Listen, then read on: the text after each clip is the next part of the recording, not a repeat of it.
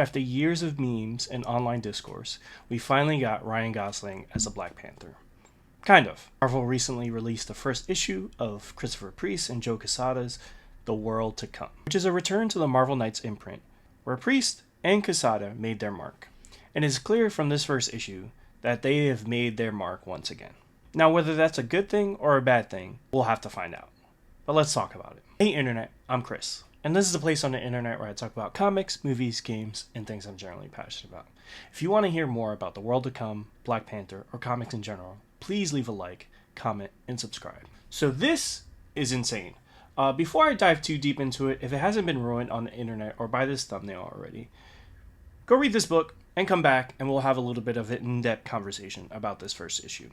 Because it's kind of crazy in a lot of ways, because on one hand, you're like, it kind of makes sense. You have Christopher Priest, who arguably wrote one of the most iconic Black Panther runs with his initial Marvel Knights run. Joe Quesada, who was the chief creative officer at Marvel before he left recently, and also was one of the architects alongside Jimmy Palmiotti of that Marvel Knights imprint. So it makes sense. Like, Quesada is still really great. Like, even if you look at this cover, the art is amazing. If you look at the interiors, the art is great. Priest recently, he's still got it. Like, I really like Superman Lost. He's done great work at DC recently. I've heard his Vampirella is really good. I haven't read that. I don't read really much any Dynamite books. But you're like, oh, this kind of makes sense. And also, like, the mainline Black Panther book has sort of, like, been in a weird spot since Coates left. Like, it seems like they've been trying to do different things. Ultimate Black Panther by Brian Edward Hill is fantastic. So that's kind of like the Black Panther I've been reading. And also, like, Hickman, when he writes Black Panther, like T'Challa and Black Panther, fantastic, because if you actually read the Aliens versus Avengers book, like, the Black Panther, that version of Black Panther, like, that is great. But it just seems like the character has not sort of been in a great spot for Marvel Comics. And it's weird because it seems like they haven't been able to capitalize on the success of the Black Panther films. And that's even more sad now that Chadwick Boseman is gone. So talking about this book, like, the story is based on, like, I didn't read the Marvel Knights Black Panther, but based on the editorial letter at the end of the book, this is meant to kind of be like an epilogue, a continuation of that story. And, like, to set it up, at the beginning, T'Challa, like, dies on the throne, presumably T'Challa, and throughout the book he's fighting someone, you know, in Warrior Falls. Like, if you've seen the movie or read Black Panther books, you know, like, there's a ceremony that you fight for the throne and take on the challenge, and Black Panther's fighting his son, and throughout it you're sort of getting this commentary, and, you know, it's non-linear, the story's going back and forth explaining different tidbits of what's happened and what's led to the world to come, which seems like an event that's happened. And that's all, like, fine and dandy, but there's, like, things in this book where you're like, wait, like, Storm dies due to dying in a race war, and that's just, like, one line, and you're like, wait, what? Could you rewind on that? And the Dora Milaje, sort of, like, they are seeking out this person who's the narrator of the book, and he's selling water, which I guess there's also water wars in this, maybe.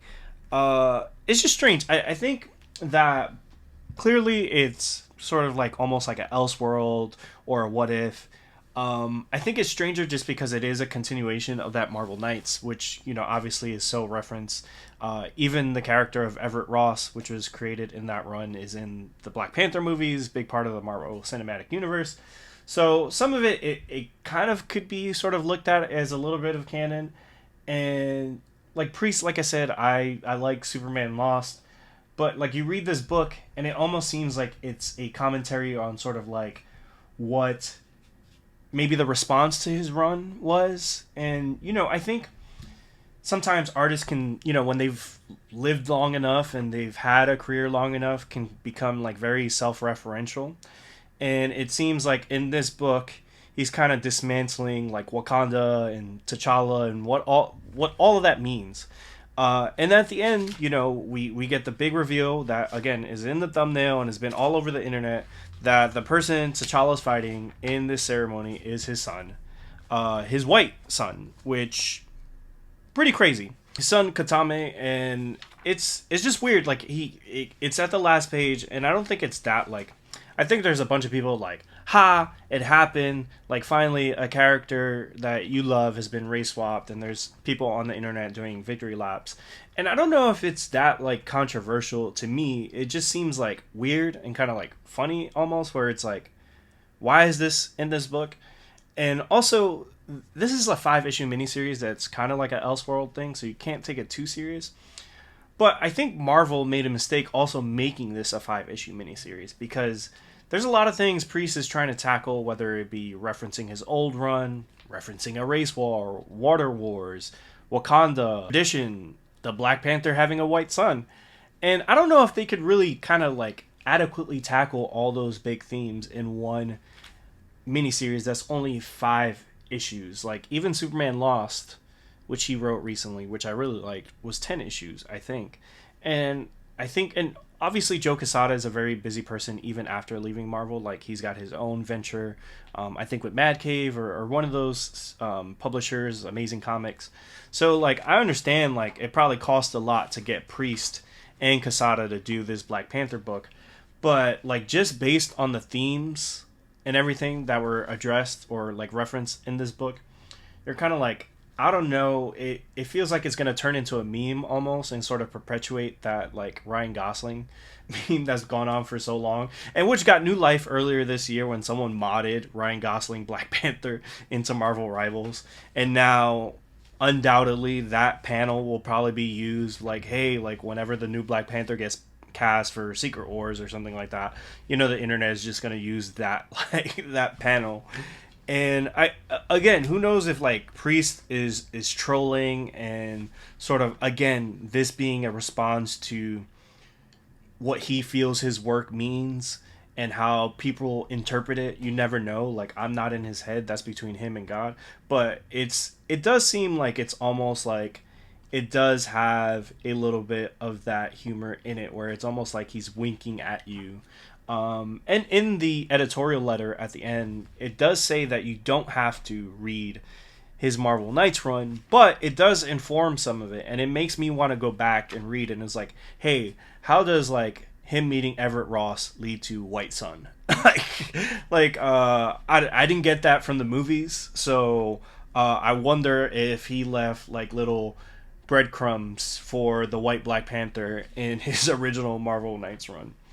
And again, like I, as an artist, like you want to respect and give them the space to tell the story they want to tell. And I kind of did this with Hush, the new Hush 2, and like the first issue. I was like, hey, this isn't great. Like, you know, Jim Lee's art is not at the same level of when that, even though Quesada's art is like on point in this, is not at the same level. And I was like, you know what, let me give this a chance. People are ragging on it. I love the original Hush. And like after reading the second one, like Batman 159, I think, or Batman 160, I was like, maybe I didn't like Hush that much. Maybe after the World to Come, you go back to Christopher Priest's Black Panther Marvel Knights run, and you're like, maybe this wasn't good at all. and I think maybe again he's commenting on that, like sort of like one of the more controversial aspects of the like Black Panther movies is how prominent Everett Ross has a role, and that character obviously had a big role in his run. So you wonder if it's like a commentary on like, hey, like let me show you, let me give, you know, T'Challa a white son. And I think the character of Black Panther, like T'Challa specifically, like Black Panther is a mantle. It's meant to sort of be passed down through generations and stuff. And I think Marvel always has had a problem with legacy characters. Like they've tried to introduce characters that take over mantles, but like just the nature of like how valuable some of these characters are, particularly T'Challa, they can't like move on. DC does a better job of it, but even them, like they brought back Barry Allen, they killed Batman, made Nightwing, Dick, Batman, but then eventually brought back Bruce Wayne. So even in instances where they get it right, they kind of have to go back, you know, to corporation and all that. And the same is true with T'Challa. Like he's had different kids in canon in animated movies. I remember there was like a Young Avengers thing when I was a kid, and it just seems like they're never able to sort of like move off of him as a character, and I think that's like fine. Like again, that's just Marvel. Like you have Peter Parker, you have all these characters that just stay entrenched even when they've tried to pass down the mantle, and all that kind of stuff.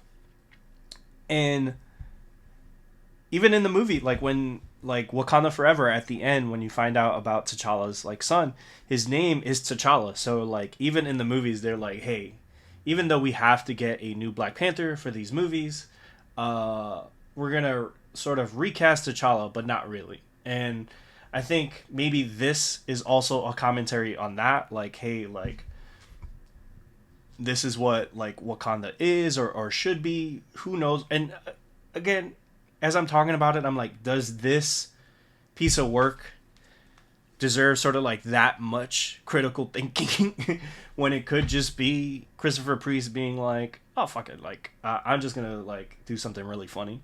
I like to give him more credit. It's just crazy. It's obviously like it's blown up the internet. It made me like I missed the shop this week, and I was like, dude, I have to go and get this book. I was planning on getting this book anyway, but I had to run to Midtown Comics. I was like, I have to read this. Like I have to know the context. And as I'm flipping through it, like again, like the art is just fantastic. Like, and I haven't dived too deep into this story because the reality is like just from this first issue, it's non-linear and it's going back and forth, and it is kind of confusing. And they even had to put like at the end of it like a timeline of sort of like the Marvel Knights run, like where the world to come is, and I think it's like maybe that's why it's called the world to come. Like it's meant to be like, hey, this is the world that I see us as a nation going. So there are some like there's value in some of this, but again, like when you put it all together, there's like some nice pieces, but when you put it all together, particularly in just I don't know how many pages this is, like maybe like 32 or something like that, it it just kind of like makes you think like, I don't know if they're gonna be able to land the plane on this one. And again, I think Marvel made a mistake in making this 5 issues because now everyone's just gonna talk about this first issue, which has like sort of the white Black Panther, and then the other issues have to do a lot of heavy lifting to explain that development and also other things like killing Storm in a race war, T'Challa having a mixed child just to sort of bring the world together, and to talk about his son. Like there's a valid sort of like father son like anger in there. It's like he's upset that he all his life he's been used as like this political piece, and that's fair, and I think that's actually an interesting story. But like with all the baggage that like the other stuff in the book has, you're like, are they able to tell that story and all the other things is trying to introduce? So yeah, White Black Panther. It's real. Marvel made it actually sort of canon through this Marvel Knights thing. So now instead of casting him as Ghost Rider, we could get Ryan Gosling as Black Panther in Secret Wars. But yeah, what do you guys think? Did you pick up The World to Come? Did you like it? Let me know. Please leave a like, comment, and subscribe. Peace.